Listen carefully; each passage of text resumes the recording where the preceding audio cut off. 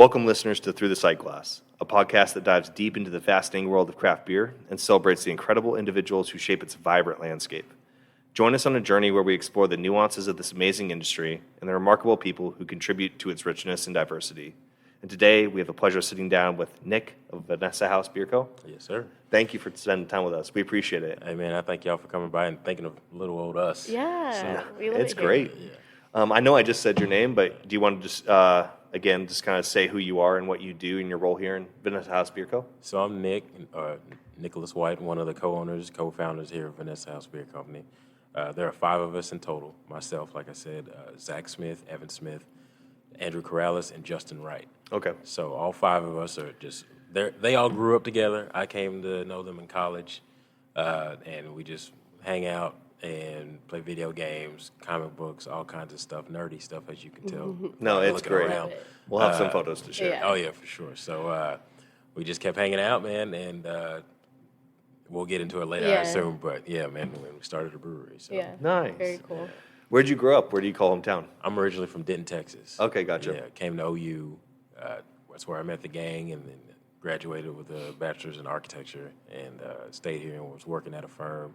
Met a girl, and you know how that story goes. So I'm here in Oklahoma City. So Very Nice. nice. Yeah. Very nice. So growing up in Denton, what was that like? Do you have family? tons of family. Yeah. I was talking before we started recording. I just got back from a family reunion last weekend, and I have a huge family, both on my mom's side and my dad's side. So this reunion was for my mom's side in Denton, and we had almost 200 people there. Oh, wow. Dang. So 3 days of just family, fun, fellowship, food, all Absolutely. that, man. Awesome. So that was me growing up. Yeah. It was like I was always with a cousin. Yeah. You know, whether it was I was at their house or they were at our house or we were at my grandmother's house, all that stuff. So last weekend was absolutely a blast for me to be Good. back home and have everybody come home and Heck my yeah. kids getting to see like how many cousins and all these things. So we've had like family get-togethers since I've had kids, but we haven't done a full-on reunion. Nice. And so that was the first taste of that. Yeah. And both my kids and my wife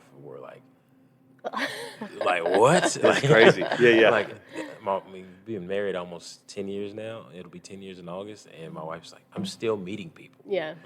I'm like, yeah, you're going to keep Yeah. meeting people. There's people I haven't met Yeah. yet. So, Congrats to the 10 years. Yeah. That's Appreciate it, awesome. appreciate it. I grew up in a big family too. So yeah, when you have a family reunion, and she hasn't met my dad's side of the family, but I grew up Mormon. So yeah, our family reunions were always like 200-300 people. Yeah. You know, you have 50 cousins that you're running around. Yeah. Uncles are in charge of, you know, being problems or causing problems. But then it's like when you're in the river and you're in the pool, it's like you are the source of entertainment. Exactly. Yeah. Yeah. And it was like, it was me and a group of cousins that were like the planning committee. Okay. So over the past 3 years, we've been putting together like little family get-togethers with the idea of doing the reunion. And so much stuff happened last year in our family that we were like, we got to do it now. Like we can't keep trying to plan and put it off and all this kind of stuff. Like, nope, we just got to do it now. So set a date and let's build. Nice. So we've been actively planning this thing since January. Yeah. Dang. And Okay. for it to finally like come together and be as big as it was and check all the boxes, it was absolutely amazing. Very nice. I love that. That's so cool. So you said you went to school for architecture. I did, yeah. How did you decide on that? Do you have family how did you decide to become an architect? You know, my dad was he started off driving a concrete truck when I was a kid, and then he eventually became a subcontractor and started his own company. So I spent time on construction sites as a kid, like just not big, huge sites, but like little houses or like additions to churches, things like that, and just kind Gotcha. of seeing that, and then actually like seeing blueprints. Yeah. And I was like, oh, those are pretty cool. And that was back when they did like Yeah. real blueprints. And then as I got older, I always had this love for drawing, and I would draw characters and all this kind of stuff. So I originally wanted to be a cartoonist. Okay. And then I got into high school, and I took a drafting course. And the last project of the school year was to design a house, I think. So we designed a house, and we did a set of blueprints. And I was like, this is it. Like, Nice. this is what Yeah. I want to do. So, and then that was my freshman year of high school. And then my sophomore year, I took a course called Architectural Graphics. And that's all we did all year was work on a set of house plans to eventually get to a full construction set. Wow. And I was like, yeah, this Yeah. is it. So after that, I was hooked from that point on. Wow. Yeah, that's awesome that you found it so young. Yeah. Finding Yeah. that passion And and that fire. Yeah, Being I'm able to blessed. take classes in high school, that's pretty cool too. I think we talk about that all the time of like, Mm-hmm. we wish that there was more practical classes in schools to like figure out what you want to do later in life. So Yeah. that's really cool that you got to do that. Very nice. Yeah. So drawing, you said you did a lot of cartoons, obviously. Here in the brewery, there's lots of comics and different things like that. Did you have a favorite comic growing up? You know, my favorite was Spider-Man, and I think I just liked how they drew Spider-Man. He was always in those like different kind of poses and whatnot. You know, like kind of like a gymnast or something like Yeah. that. So I just More liked, athletic. Yeah. So I just liked how they drew Spider-Man. So I was always in the Spider-Man comics. I was always more Marvel than DC, Okay. although I did love Batman. And I loved the Batman the Animated Series. Oh, Like yeah. that's one of the best cartoons of all time. I don't even know if it should have been a cartoon, to be honest with you. Oh, yeah, like, very it's true. kind of like a mini movie type Yeah. situation. I to this day, if it's on, I'll watch Yeah. it. Yeah. But yeah, I used to go get comic books. I'd read through them, whatever, and then I'd draw like Draw the it. characters. So my room as a kid was just full of my drawings. Oh, nice. And my brother would be like, he couldn't draw, but he'd be like, "Hey, draw this," and Yeah. I'd draw it, and we'd put it up or something like that. Yeah. And that was like his drawing. And then I even, at one point in time in elementary school, I would do drawings for people and sell them like 50 cents a Yeah. dollar. Yeah. Because it was my teacher sold like That business pops. side. Yeah, Yeah. man. My teacher would sell pop at recess, and I'd Okay. be like, "I'll draw this for you for 50 cents." Yeah. So they'd, all right, then I go get a pop or whatever. Yeah. That's fat solid. kid stuff, man. No, that's solid. I love that so Yeah. much. So after college, you started working at a firm. At that point in time, obviously going through college, a lot of people kind of get introduced to beer of some type or whatever. Do you remember kind of your introduction into the beer world? Introductory into the beer world. I hated beer for the longest time. I never, once I did start like A drinking, lot of people do. Yeah. I was like, I don't want no beer. You know Yeah. what I mean? It was just, Bud Light was the beer that my Yeah. beer of choice for the longest time, and I still like Bud Light every now and then. But my first craft beer though was, and I'm trying to remember which one it was, but it was a tie I think between.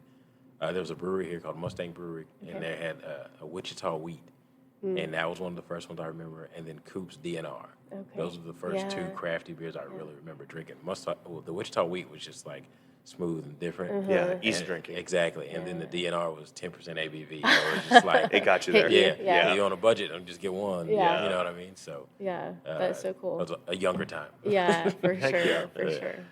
Yeah, so you met some of the owner or some of your partners in college. Yeah. How did y'all meet? What did y'all like to do? I met Andrew first, and I met him through a mutual friend. They were in the same. They were in the business college, so I met Andrew first, and we go play basketball or something like that. And then I met Zach and Justin, and then Evan. Eventually, Evan's Okay. younger than us, so I didn't meet Evan for probably like a year and a half Okay. after I knew Andrew. Okay. So just going to hoop or whatever, and then as it grew, then he just started bringing me around to the circle, and that's how I met everybody else. Yeah, So, yeah, it's just hanging out, all this yeah. stuff. They were actually living in the same house, which was the Vanessa House. The But Vane- we get in there. Yeah. Oh, Okay. right. Okay, so- That was a question. We'll come to that. So, you're working at a firm here in Oklahoma. Y'all are still probably hanging out as friends, I'm assuming. Yeah. So, did y'all do any brewing? Did y'all do any home brewing? Yeah, that's what got us into it. So at the time I was the only one who was still living in Norman. All of them had moved to the city or Midwest City or wherever. But Zach would always have something at his house, whether it's everybody getting together watching a game or his wife was throwing a party for whatever reason. Yeah. So we were always at Zach's house. And one day he was just like, I'm thinking about buying a beer brewing kit. Y'all want to brew beer? I'm like, well, here anyway. yeah. You know what I mean? Might So, as well do all right. something. Yeah. So that's basically how I started. He bought a kit, and we just did the first one was from just like the malts. Yeah, like extract or whatnot. Yeah. And we did that in the kitchen, and it was started off probably like a once a month thing, and then it was like every 2 weeks, and then it was like daggum near every weekend we were brewing. And at one point, we had so much beer, we were like trying to figure out how to store it and where to store it, and we had it upstairs at Zach's house. We had it in the garage. I think I had an apartment They had some in my apartment. Andrew had some at his house. There was like had beer everywhere. everywhere. Yeah. Everywhere. Yeah. And Stashed. And we had to move it because at one point we were brewing and Zach was like, so I read something the other day, like there is a legal limit of how much alcohol you can have in your home. Oh, we got to wow. get rid We of got- this. Oh, And I was my like, gosh. what are the odds that Yeah. somebody's going to come to your house? Yeah. And Cops he are was gonna like, bust but in. I don't want to risk it. And I was like, respect. So then we had Yeah. to divvy it up. And then it was just like we kept pushing it off on coworkers and all kinds of stuff. So. Is there like a craft, like a homebrew guild? Am I saying that right? Yeah. Or There- club? there's here or several something? homebrew clubs, Did yeah. y'all go? Were y'all a part of any of those? We weren't a part of any. We did go to a couple of their like courses and their Uh-huh. meetings. There was the first course that we went to. I believe it was in Moore, and it was put on by a group. I forget the guy's name, but he was part of the Yeasty Boys, is The what they call Yeasty themselves. Boys. That's So, amazing. Yeah, so we went to that, and then there's the big one here in Oklahoma City is the Red Earthers, the Red Okay. Earth Brewers, and they're a great organization. They get together and they have their monthly meetings. Mm-hmm. They do competitions. They help home brewers. A lot of the breweries in Oklahoma City, not a lot, but a fair amount of them, they're Started. all Red Earthers. Oh, So, nice. yeah. Okay. Good support. Yeah, and they roll deep, man. When they show up for a meeting, they will support your brewery, and they're there in droves, and they're there all night. So Oh, awesome. That's so cool. shout That's out to rad. Red Earth Brewers. Yeah, that's amazing. I think almost every single brewery or podcast that we've done, everyone's done home brewing. Yeah. So Yeah. it's They definitely find that community Yeah. for sure. And that's what's great about this industry is the community strength, I think, and support is so powerful. For sure. Yeah. I think at the beginning of this was it was very, very strong for sure, and it still is. But it was being hesitant to ask somebody for help to do something or how did you do this, and everybody's like, oh, here you go, Yeah. it's to do this. Like we showed our business plans to several of them, and they were like, take out this, move this, do that, put more emphasis nice. on this, like literally like went through it with a fine tooth comb, and were like, if I were you, I'd do da. Yeah, That's awesome. That So, is heck amazing. yeah. So it's definitely been a community. For Yeah, sure. I love that so much. So now let's talk about when was the moment y'all are home brewing, you're shoveling this beer around y'all's houses, moving it, shuttling it around. Whose idea was like we should open something? What did that conversation look like? Just homebrewing one day, and Zach would always be like, "What do y'all think about starting a brewery?" And I'm just like, "Nah, not doing that." And like, why would we do that? We just Right. homebrewers. We all have day jobs, da. But it was a thing, and if you know Zach, like things are jokes until they're serious, and so this was like every time we got together, it didn't matter if we were brewing or if we were just watching a game or if we were just out having dinner or something like that. What do y'all think about starting a brewery? And it just kept happening. And then finally, I was like, man, why would we do that? And how would we even do that? And he was like, I don't know. I was like, you so smart. How do we do that? And he was like, I don't know. You tell me. Yeah, exactly. And then he was like, I don't know. Let's figure it out. And I was like, man, I ain't figuring nothing out. It's your idea. You figure it out. And he was like, no, I'm serious. And so it was like everybody got assigned something. Okay. Like, you figure out how we do this. You figure out how we do that. You figure out how we do this, da. And let's get together. Yeah. So then we did that. And we started meeting like every week. And we were like, all right, I found this avenue to get in. This is what we should do. This is how we should structure it. People are telling me to do this. So we just kept meeting. And then we figured out, our first thought was, well, we got to get a building, we got to get equipment, we got to do da. But it was like, we don't have anything to do that with, right? We don't have any funding. We don't have this. We don't have that. So we figured out we could do a contract. And do contract brewing. So we started contracting with O'Fallon out of St. Louis. Okay. And they did the first several batches of 401k and Broken Tile. So once we figured out how to navigate that, Gotcha. have them brew it, we make sure all the recipe or the ingredients are there for the recipe, the recipes are there, the packaging, Yeah. the truck, all that stuff. We had to schedule all that stuff. But they would make it, they would put it on the truck, and they would get it back to Oklahoma, and then we had to sell it. Yeah. So once we figured out we can do that, and we can figure that out, and it was on from there. Okay. What year was this? The first batch was 2016. Okay. Oh, dang. October. The release party for 401k was September of 2016, Gotcha. Wow. I believe. Yes. And did y'all have this space? Or were We did not. Oh, okay, gotcha. We had the launch party. Man, I forget the name of the place. It's over in Deep Deuce. It's not there anymore. It was a bar. And a man named Clayton Barr ran the bar, and he was also had a radio show. He does a wine tasting. nice. The Wine Okay. Doctor. Okay. So he had us on the show a couple of times. We taste wine and we try to figure out what the flavoring was and all this kind of stuff. So we actually did that with 401k. Okay. And like on air, we're having a drink and like trying to figure out like what the tones and everything was coming through. And so that was cool. So he ran that bar on the side too. So he was like, just do it here. And we were like, let's do it. Let's do it. We the first party, I think he ordered 15 cases of 401k. We went through all 15 cases in less than an hour. Oh, Wow. dang. Yeah, That's so we had Hell a yeah. huge turnout. Yeah. And we were like, what? We didn't see that coming. Yeah. And we had to contract 50 barrels. Yeah. Which is crazy Yeah. for a startup, Yeah. right? But we sold all 50 barrels because we had been selling. Once we knew it was coming, we just, we hit the streets and we were meeting with restaurants. We were meeting with liquor stores. We were meeting all kinds of people. Like, hey, this is Dang. coming. Here, we all had tasters. Like, is this something you'd be interested in? So we sold that whole 50 barrels. Wow, that's amazing. So y'all were just distributing it into restaurants and places. So since y'all didn't have a space. Yeah. Okay, cool. Did y'all have the name and like some of the graphics already worked up? We had all that figured out. So we were trying to figure out the name. So interestingly enough, we had 3 different names. Okay. We had first it was Warlock Brewing.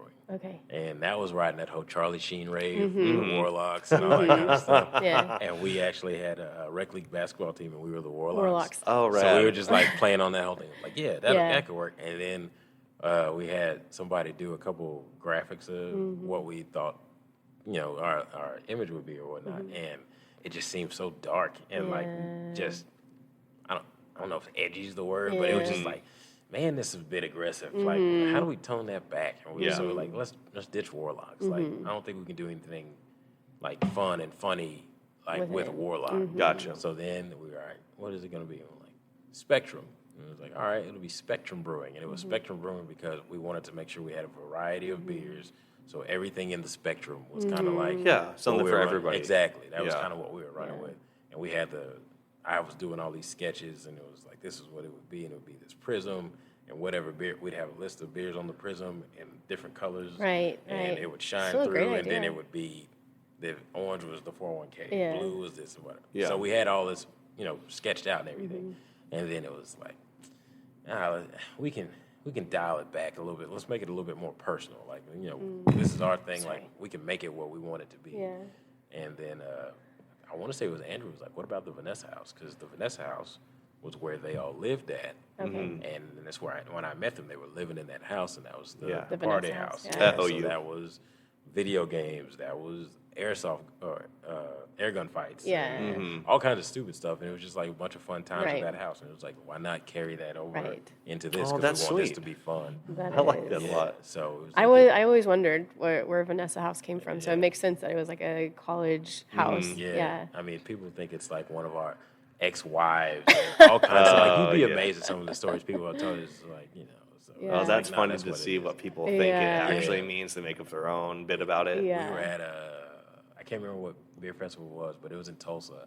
And there was this lady there who had been overserved, and she was like, "Who's Vanessa?" And I was trying to get that story off. She was like, "Nope, that's not true. Vanessa is a woman you all slept with." And we were like, "What?" Huh? We're like, "No." So then she's like chanting like, "Vanessa is a whore" or something like that. And I was like, "Yo, somebody get her out of Yeah. here!" Yeah. That is not the Where's the story. lifeguard when you need it? Exactly, Yeah. man. It was wild. And then Justin made a joke one time that Vanessa was my ex-wife, and I do not have. I have one wife. I plan on keeping this one wife, so she hates it. Yeah, I'm sure. Yeah, so it was just the house, the good Yeah. times at the house. So that's kind Yeah. of how we got to the name, and then the branding kind of stemmed from that. We got with Nominee is a graphic designer here in Oklahoma City, Okay.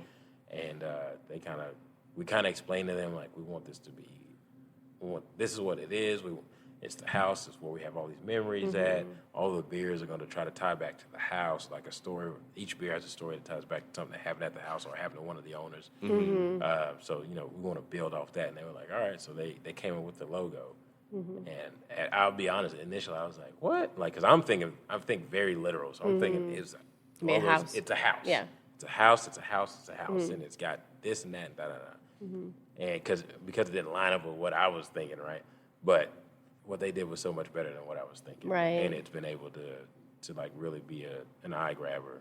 Yeah, it really is. So Yeah. Yeah, I love it. I'm glad you kind of answered my own question and being like, were you involved in the design process? I think that's also kind of cool that you're able to focus on other things, even though you do have this background, yeah. And and allow drawing, somebody yeah. else to kind of Design. bring the vision Yeah. and make it fit. So we all were involved in the design of the logo and all that kind of stuff. So what we originally did was we took a bunch of different types of artwork that we liked, and we put them all together, and we packaged it up, and we said, this is why Zach likes this is why Nick likes this, and all this kind of stuff. And we just sent them all of that information, and they were like, all right, cool. And they came back with that, and we were like, oh. Yeah.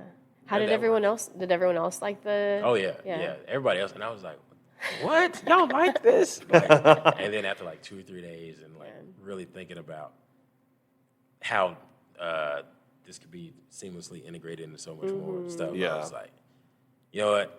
We paid them money for a reason. Yep. Like they know what they're Yep. doing. This is actually pretty dope. Like I'm cool with it. But I was already outvoted. You know what I'm saying? So I got on board pretty quick, and I loved it ever since. Yeah, Good. the branding design as Thank well as it's great. Thank you. It fits so well. I remember walking the first time we walked into the tap room. It was after COVID, I think. Yeah, because we built out our van in 2020. Yeah, here in drove from the Oklahoma. Northwest to here, Nice. and so we were looking for places to get beer because during those times it's all just like you come and pick up. You can't sit in a tap room. And Vanessa House was one of the first Yeah, we were places able to where we were pick up able some to beer. grab some beer and eventually then come back Yeah. and sit and drink. And there's more. There's toys and everything, old comic book characters on the wall, and we were colors. just enamored by it. We're like, we love this. The mural. Yeah. The mural. So Yeah. the mural, we had talked about doing the mural, and so Jake Beeson is the guy that did the mural. He grew up with Zach and them, and he's done a lot of personal pieces for Zach at Zach's house. And so we were like, well, let's get Jake to do it. And we were like, all right, what is the mural going to be? And one thing that we always said, it was like either the 5 of us as comic book heroes, because obviously we're a bunch of comic book nerds, or the 5 of us as like the dogs playing poker. Yeah. Sitting around the Yeah. table. yeah. So it was like those 2 things were all we had in mind. Yeah. And so then we sent all that stuff to Jake, and Jake was like, all right, cool, I think I got an idea. And Jake sent us this, and we're like, that's way better. Yeah. Like, Yeah. we just let you do your thing. So you got Vanessa House, man, again, tying back to our comic book love for comic books. And you've got like this old school car Yeah. and the lady, the old pinup girl type Yeah. situation. Yeah. And that's because this area is Automobile Alley. Okay. Oh, gotcha. Yeah, so back in the day, all of this was car dealerships and mechanics and all wow. that kind of stuff. So you would see those old cars line the street and then that artwork. So that's Yeah. kind of the Like paying homage. yeah, Nice. exactly, Area. exactly. So he did it way better than we could have done it. Yeah. So again, letting artists be artists. Yeah. That's great. So, You have an idea and you give it to somebody and they bring it to life, and when it hits, you're like, yes. Yeah, Mm-hmm. and then- Absolutely. That's just like with Good Line, the Blast Brewery we did. They had, all these ideas for what they wanted their image to look like, and they found a local artist, And and he's he- like, I got you. And he showed them, and they're like, once you see it and it hits you, you're just like, Yeah. oh, yeah, Yeah. that's amazing. 100%. Yeah. And like, I mean, Nominee did a couple more, our first couple labels, and then later, Juan was actually our artist. And Juan, shout out to Juan. He's a graphic artist, and he's freaking amazing. And he had done a lot of work on the West Coast for like Billabong, Nike, Gotcha. like big hitters. And he just came in one day. He just moved here. He had his van out there, and this was during COVID time, so it's like one person in here. Yeah. And he was talking to Zach. He's like, "Yeah, I'm a graphic artist. If you guys ever need anything, I've done a lot of work for breweries and whatnot, and we don't have any money, so we're like, yeah, okay, cool, whatever." Like, and so many people tell you that, right? Right. Yeah. And so then it was COVID, so we had nothing to do. And he gave Zach his Instagram account. So Zach started looking through his Instagram. He was like, this dude's really good. Like, I don't know if we can be able to get him, but I'm at least ask. And like we were able to work out something with him. So he did a bunch of labels for us. He did, not this, I had a different Okay. shirt. But he just blew it out of the water. Like everything that we Nice. say, hey, are we thinking about doing it like this? He was like, don't worry, I got it. And then he'd send us a design. And we were like, what? Like, Yeah. So, I mean, we had already gotten compliments on our branding and Yeah. labeling, but after Juan started doing our beer labels, people were like, you guys are ridiculous. Yeah. How'd you get this? Like, Yeah. and it was like, so Juan, man, shout out to Juan. Yeah, Heck shout out yeah. to Juan. Very Yeah. cool. So do y'all, how do y'all decide what beers y'all are doing? and like the styles and everything, the naming. I think you mentioned a little bit about the naming, but what does that look like for y'all with the beers?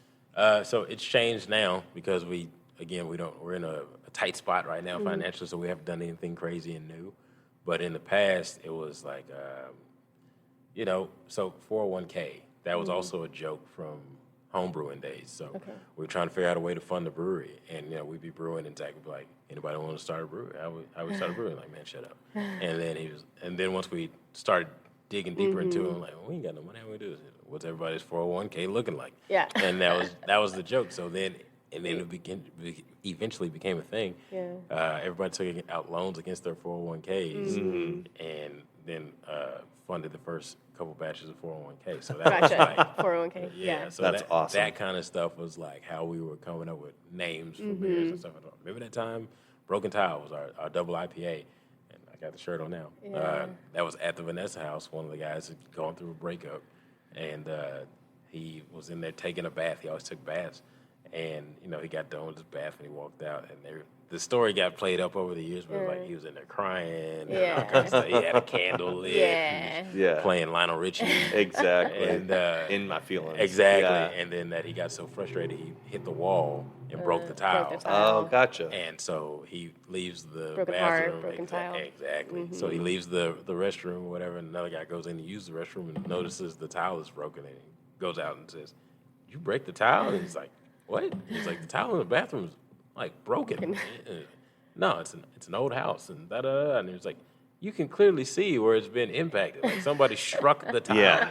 Somebody was hurt. Exactly. Yeah. So it's just like stuff like that. Yeah. It was always Good something that stories. happened, Yeah. and we would try to take the story and put it on the back of the cans or on the back of we eventually started off with glass bottles. So we were trying to put it on the back of the bottle and then the back of the can. So once we got into like quick turnaround stuff and we weren't doing like the full on labels, it was just like taproom distribution. We tried to keep as many of the stories on the back as possible, but if not, then we would definitely make sure we coached the staff up on it and so that they could be able to tell the stories because then people started asking about, hey, what's the story behind such and such? Yeah, what's the story about the name? Yeah, because people started knowing we were naming stuff for different events. So we tried to keep that going, and at one point we were brewing and we were like, man, we got like 6 beers coming out in the next couple of months. Like, we need to get some names going. So we had like a brainstorming session at my house. We started going through all these old stories.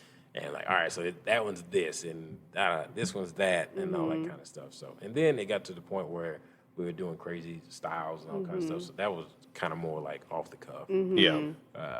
Something might have happened during the brewing process, or like it gives you this kind of flavor, or enunciation is always a thing too, or alliteration. I'm sorry. Yeah. It just kind of changed over time, but we still try to get back to something that happened at the house when we can. Nice. It's cool to have those names and to share those stories. Yeah, It gives for it I think a deeper meaning than just being like, oh yeah, we just named this because we needed a name. Exactly. Which does eventually happen. It Breweries does. do it all the time. Yeah. Yeah. Just got to get it out and need to slap a label on it. Yeah, It's like, exactly. This is green beer. Right. Whatever. When did y'all move into this space? We moved into this space October of 2018. Okay. So we had already been doing the contract relationship with O'Fallon, and then we were at the Brewers Union, which was the old Mustang Brewing building. Okay. So it was like a co-op for breweries. So it was us, Angry Scotsman, and Elk Valley at the time, and we all were building out our own spaces.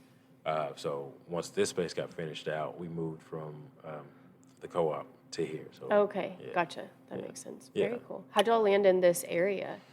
And how was the reception with the community? It was great at the time. So we landed in this area. We were working with some local realtors and guys, some movers and shakers around town, and they were trying to figure out a spot that would work. So we looked at several different buildings. Oddly enough, a couple of them actually became different breweries. Oh, wow. But we had this desire to want to be in the Wheeler district. Like, we knew what was going to happen with that. We'd seen the plans for it. Like, man, that would be dope if we could get over there and da-da-da. But when we were trying to get going and what was happening with that development at the time, we weren't on the same timeline. So we had to shift.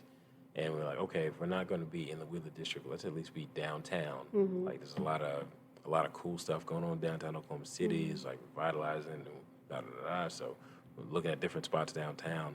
And this one just kind of fell up on us because the guy that we were working with, he's neighbors with our landlord. Okay. The landlord had just bought, he had bought the building next to us, and he had just bought these other 2 buildings. And like I said, they're neighbors, and they were just talking one day. He's like, hey, I got these buildings. What do I do with them? You're in the real estate and whatnot. What do you think I should do? I kind of want to put something in it, but I don't want to put something. I don't want just another office space or something like that. I want to be something cool. And our guy was like, well, what about a brewery? He was like, oh, I could get behind that. He was like, I got some guys I want you to meet then. He was like, all right. So we met with Adam Fink. It's our landlord. Shout out to Adam. He's been dope. Yeah. Like nothing short of dope. Yeah. Awesome. And we met with him, and it was like, let's make this happen. Very cool. That's how we got this spot. And like, was the community receptive? Like, yeah. So we had already built, I don't want to say a fan base. That sounds like we built a following. Yeah.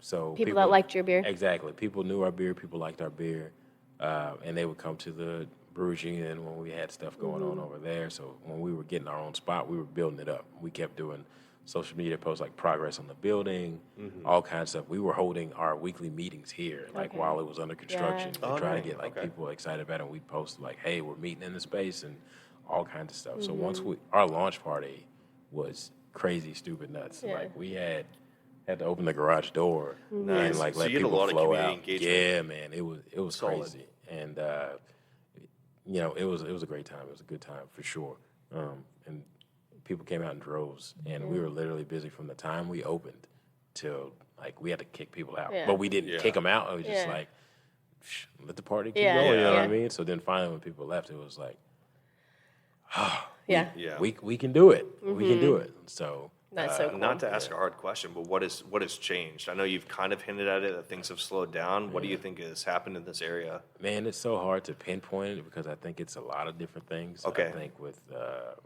inflation and stuff, people just don't Yeah, have the disposable that does suck. income. Yeah. Yeah, and I think people are kind of the demographic that pushed this industry forward in Oklahoma City is kind of like aged out. That's kind of what I think is happening. Also, we had a big construction project that went on in front of the brewery probably 3 months after we opened. It was supposed to be 6 weeks, and it turned into almost a year. Dang. So people That kind of couldn't- shied people yeah, away. like it's Oklahoma City. If you can't park near somewhere, you're not going. Right. You know what I Yeah. mean? We don't have, people don't walk here. 100%. so- Growing up in the Northwest, you can still walk when it's hot out and go to Yeah. spots, but like stuff like this Yeah. with the heat and humidity, it's like no. Like, no, I'm not doing it. Yeah. So it's just like you pull up, you can't park. You're like, I'm gonna keep going. I don't need a beer that bad. You know what Yeah. I mean? That didn't help. But I think it's just like so many different things have happened that it's just it's not what it once was. Yeah. And there's still people who support it for sure, but it's just not what it once was. Gotcha. It's not a knock on Oklahoma City. Has the city at all tried to help and support you? Not. I mean- I guess it's hard because being a small business, Yeah. sometimes you don't get the attention that you need. Yeah, I mean, we're in litigation with them right now. Gotcha. So I'm hoping they do Cool. the right thing. Yeah. Praying they do the right thing. Yeah. But it wasn't until after we made us think about some stuff that then they kind of tried to help, but it was almost too little, too late at that point. in Yeah. time. Exactly. So yes and no. Yeah. I'll say that. I think that more so than anything is the people continuing to come out and support us throughout all of that. Yeah. We had our regulars that were still coming, and then telling people Solid. to still come out. And Solid. we tried to make light of the situation. Like, it was literally like a pit out here, and we threw a pit party from Parks and Rec. And Oh, that's Yeah. hilarious. That's what I little was thinking. Sebastian was going to come and all that kind Yeah. of stuff. So, we tried to do what we could to make Right. light of it and still Yeah. keep people interested. But it took a toll. And then, once it finally got finished, you're coming out of that, we're ramping back up to where we were, and COVID. So Yeah. it's like, how do we Yeah. navigate this? You know what I mean? Yeah. Were y'all doing cans at that point? Yeah, we were back to Okay. cans. By the time we got over here, we were cans. By the time we got to the Brewers Union, we were cans. We still had a contract relationship with O'Fallon, so they were still doing, I think at that point they were still doing bottles, Gotcha. a 401k. So brewing and packaging. Yeah. Gotcha. But once we fully transitioned out of O'Fallon, like everything's been cans ever since. So Gotcha. we still have a couple bottles of stuff over there, but just on display. Yeah. I think Andrew or Zach, one of them might have a box of 401k though, like in bottles somewhere. Gotcha. Like a memento. Yeah. Nice. I did for the longest time, I think, and then I think I drank it. Yeah. Yeah. Yeah, that happens. Yeah, that does happen. So as a group, I know this is a question Austin and I have talked to you previously about, like, what does that look like for y'all as small business owners? You all have families. Did y'all all keep jobs, or y'all, what does that look like for y'all small business owners? Trying to stay sane and keep that balance. Yeah, so like I said, there's 5 of us. Evan was employee 001, and then Justin was employee 002. Zach and myself have never taken on full-on 100% jobs at the brewery. Yeah. You'll have your parts that you play. Exactly. So, but we've never been like on payroll. Evan was on payroll and working as, first he started off as the head brewer, and then he went to manage back of house. Gotcha. And he transitioned out of that role last year, and Justin did as well.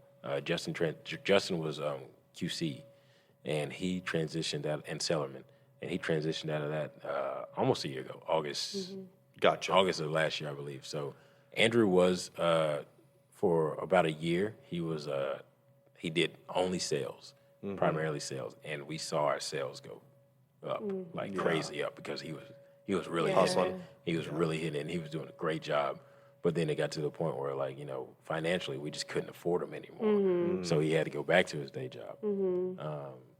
But balancing that day job and this, it's been crazy, to be honest, especially when there was a period there during, right before COVID, and then during COVID with the street, like we weren't bringing in enough revenue to support a staff. And we don't like firing people. But we've always been You just open. have to let people go. Yeah, we didn't fire them. We were just like, look, we can't afford to keep you regular hours. So we're going to take over some of the hours, and we'll still give you guys shifts when we can, but it would be in your best interest to look around, you know what I mean? And this is not, you can stay here as long as you can, but you know, we can't afford it. And everybody was very receptive to that, the staff at the time, and they all kind of got it, and they transitioned out. So then we were working shifts at the brewery. Yeah, so just like ownership was. Yeah, so I worked Monday and Friday nights. Evan did, I think Zach did Tuesday and Saturday close, and him and Andrew would trade off closing. And then I think Andrew did Wednesday and Thursday, maybe, I don't know. This is on top of y'all having regular jobs. Yeah. And then Evan always did Sunday and Friday. He'd open Friday and work all day Sunday. But he was on staff at the time too, so he was always here. Yeah. So he'd open on Friday, and I'd come in and relieve him on Friday after I got off work, and then he would have it on Sunday. So it was a task, and we did that for almost 2 years, I want to say. Wow. So we were all, by that point in time, just like burnt out.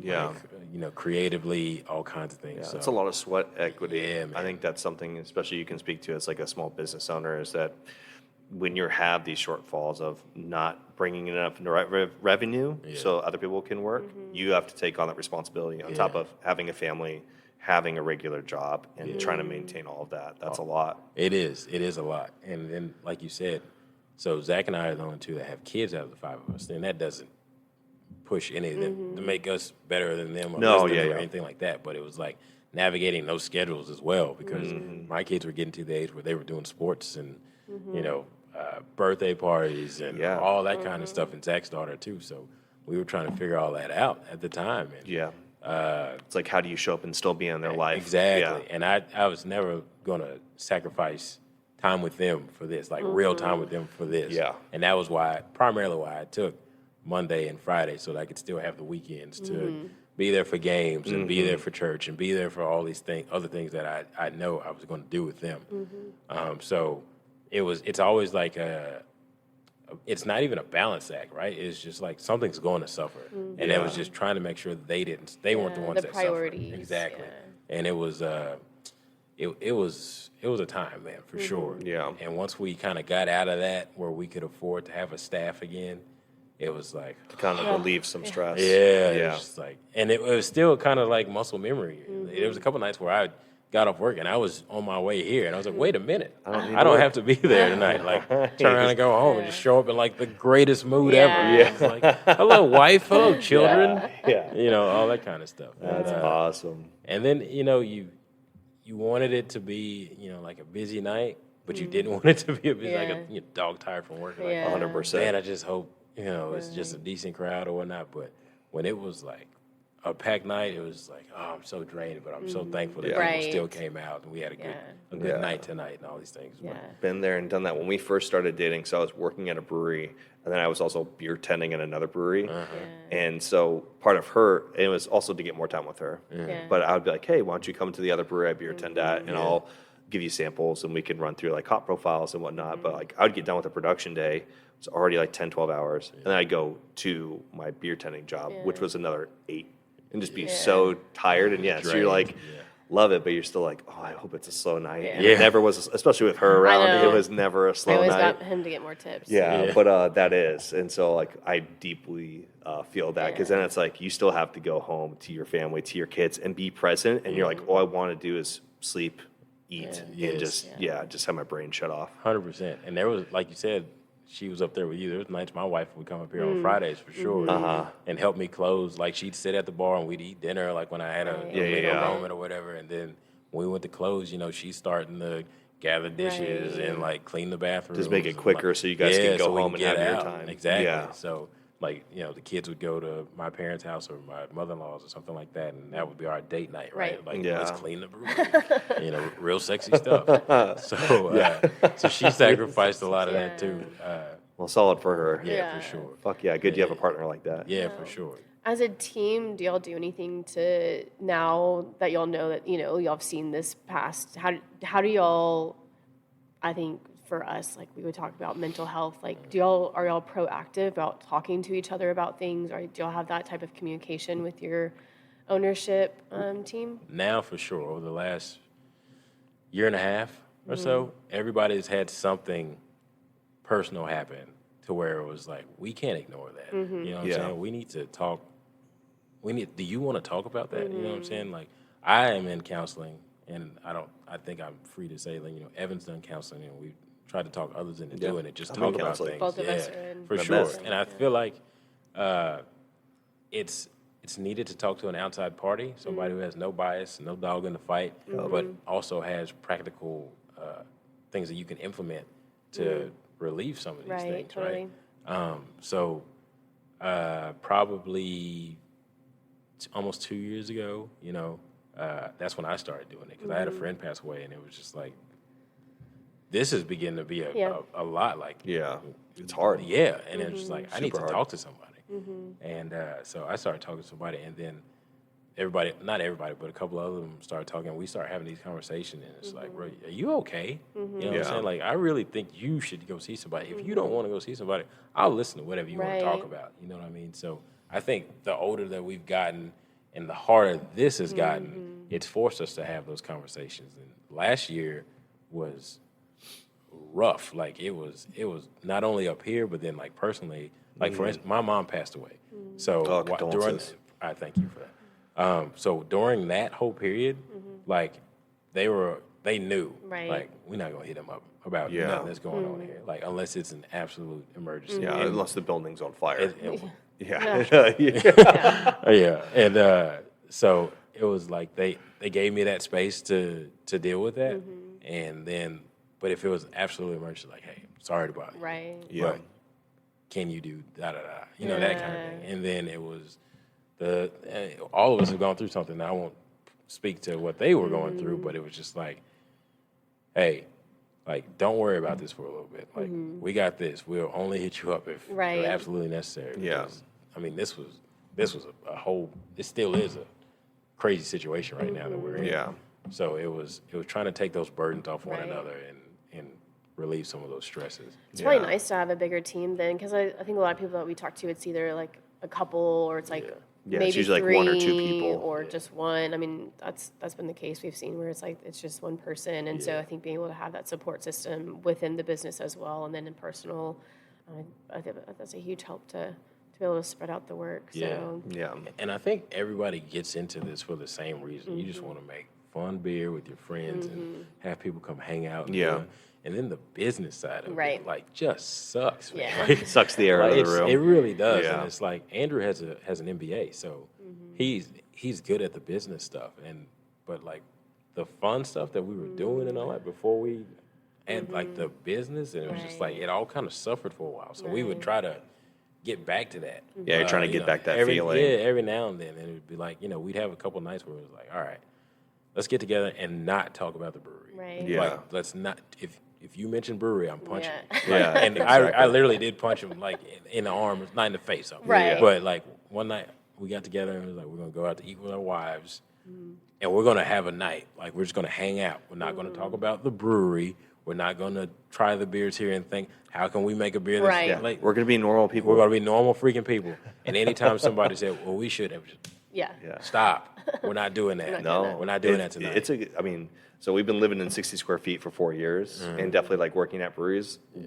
She was a good guiding line for me of being like, you bring work home all the time, Yeah. and like she's always helpful, but she's also like, at what point do you just leave it at the place? Yeah. And I wasn't realizing how damaging that can be. Yeah. And also because it's like, because it's not like our brewery. It's not like what you have here where you're an owner and this was somebody else working for somebody else Yeah. and doing that all the time. She was like, babe, at what point do you leave that when you take off your brew boots and your Carhartts and you just leave it back in the brew house? Yeah.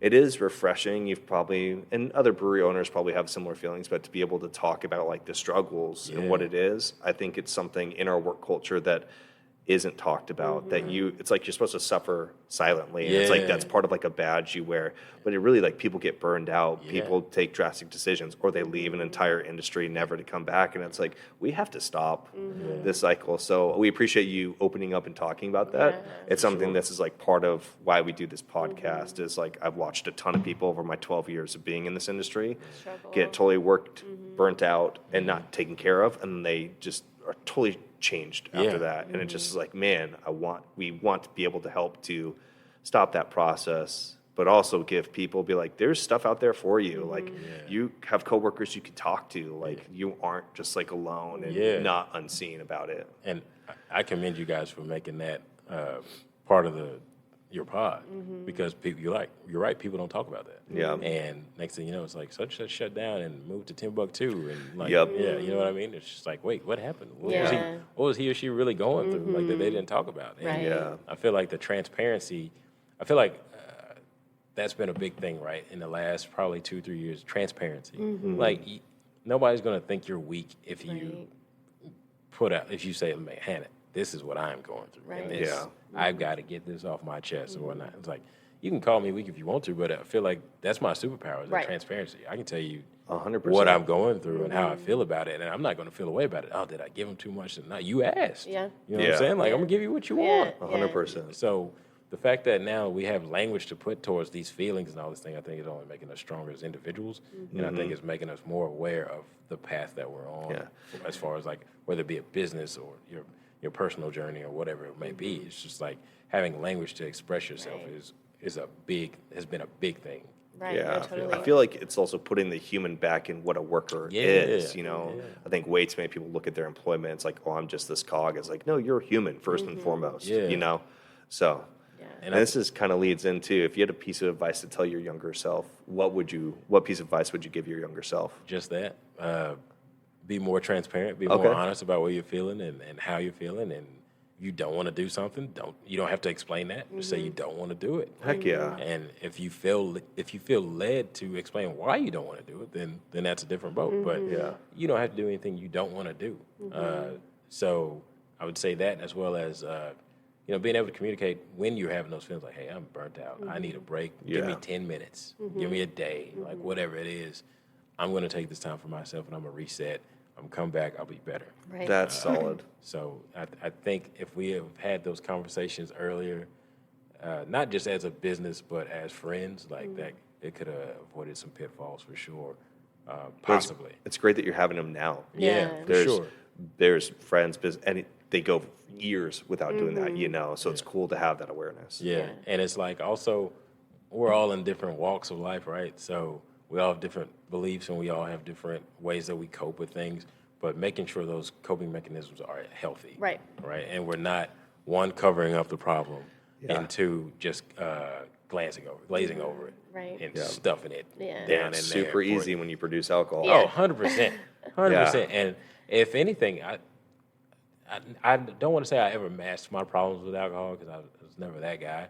But if anything, just abstaining from it has given me a little bit more clarity about some things. Yeah. And it wasn't like, especially after I had kids, it wasn't like I was just going out just getting obliterated. No, or anything. yeah. It was just like 1 or 2 beers. And now it's like maybe a beer every 6 months or something like Right. that. Just because Yeah. it's like, I don't know, just the lack of, it builds like a anxiety in me sometimes to have, 100%. you know, so it's just like I'm gonna just chill out, view Yeah. it from afar, and like kind of be like, all right, I can see this, and this going this Yeah. way. Like, you know, before we get to that, let's do this. Yeah. You know, whether it be business, or whether it be with my wife, my kids, whatever it might be. Right. Just having that awareness of myself has been, I think, transformative. Yeah, No, the definitely. awareness and clarity is. I mean, I've had my struggles with alcohol, especially in this industry.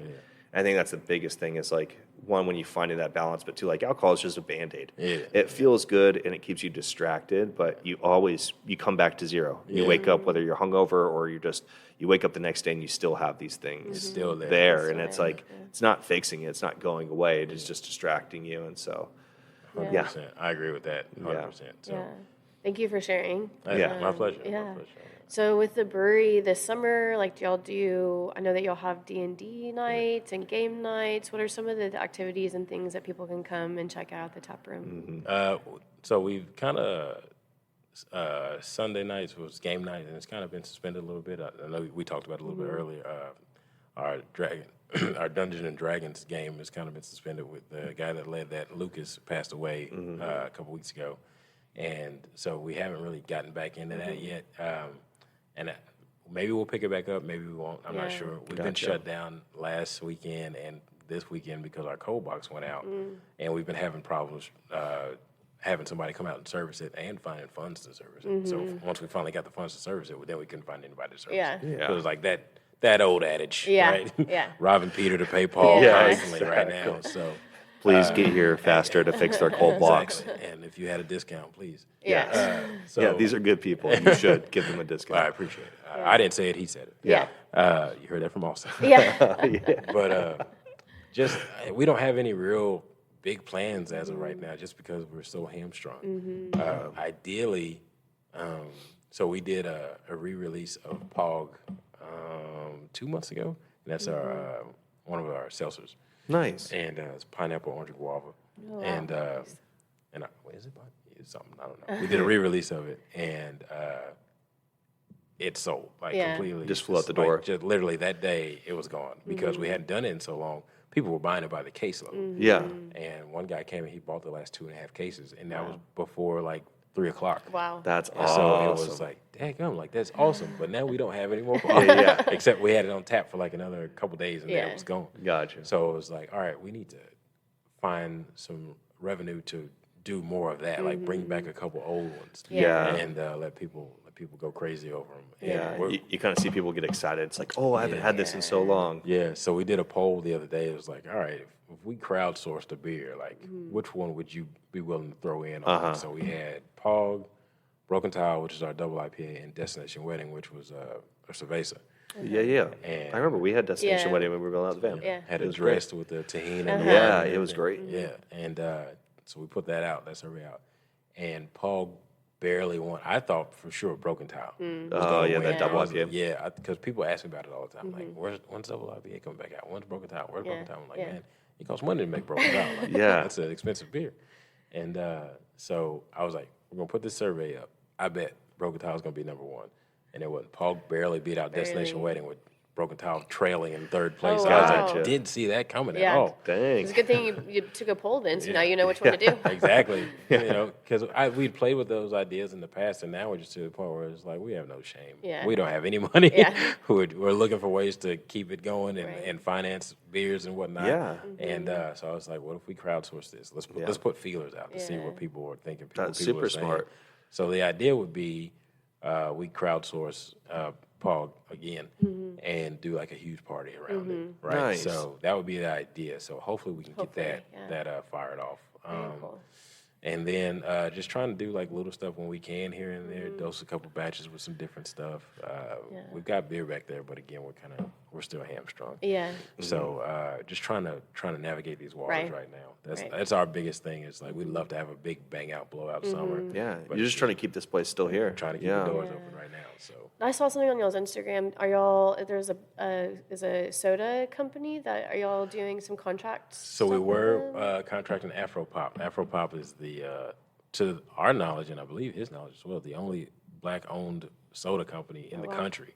Oh, right on. Yeah, so he's a small startup, and he wanted to team up with us because we're black-owned as well. So he was like, man, I think this could be dope. And he hit us up about it well before he launched it, probably like 2 years ago. He sent me this email and was like, hey, I'd love to talk to you about this.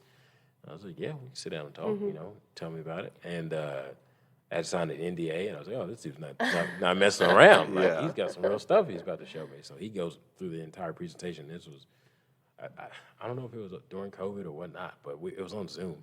And he's going through the whole lineup and the graphics and the story behind it. And I was like, this is going to be awesome. Like, I hope this isn't somebody just talking to me. I hope this happens. Yeah, he came prepared. Yeah, and I was like, hey, man, however we can be a part of it, we'd love to be a part of it. I was like, financially, we can't be. Yeah. Because but, if there's something else we can work out in the future, like, let's do it. And he was like, well, would you, once I get to production, would you be interested in at least carrying a couple cases? I was like, 100%. That's done. Yeah. You just let me know when you have it. And he's like, all right.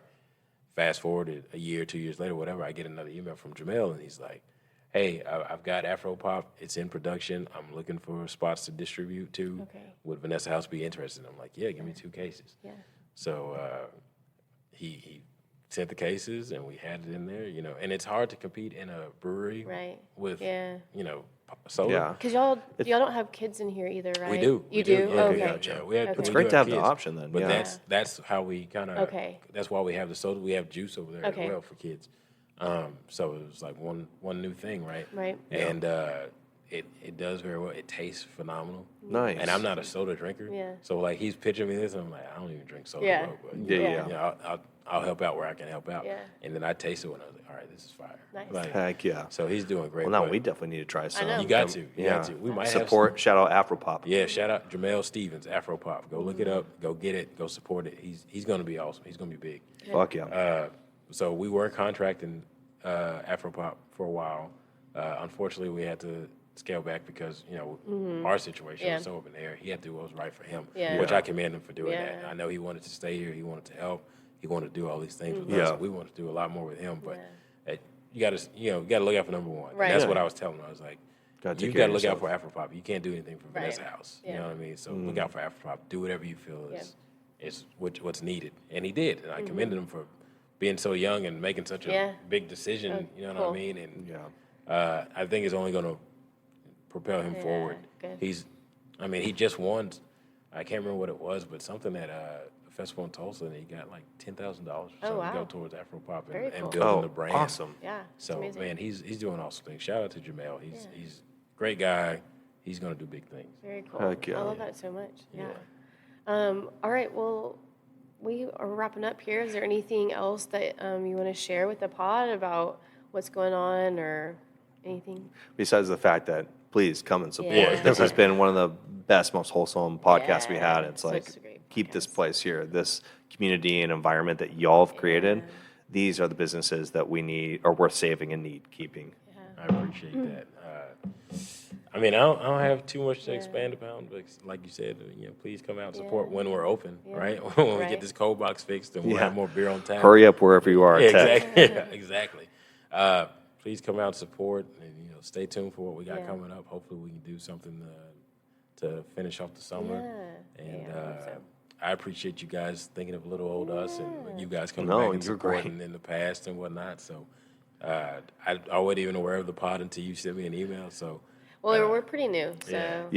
And I do that. I just cold call. I cold called everybody. Even respect. I'm just like, I'm going to cast a wide net. Whatever I can get, I just want to share a story. I think y'all are number 19 that we've recorded. Okay, dope. Yeah, which is going to be fun. When you hit me up about it, I was like, all right, if we're open, like for sure. And then, you kept checking in, so I was like, hey.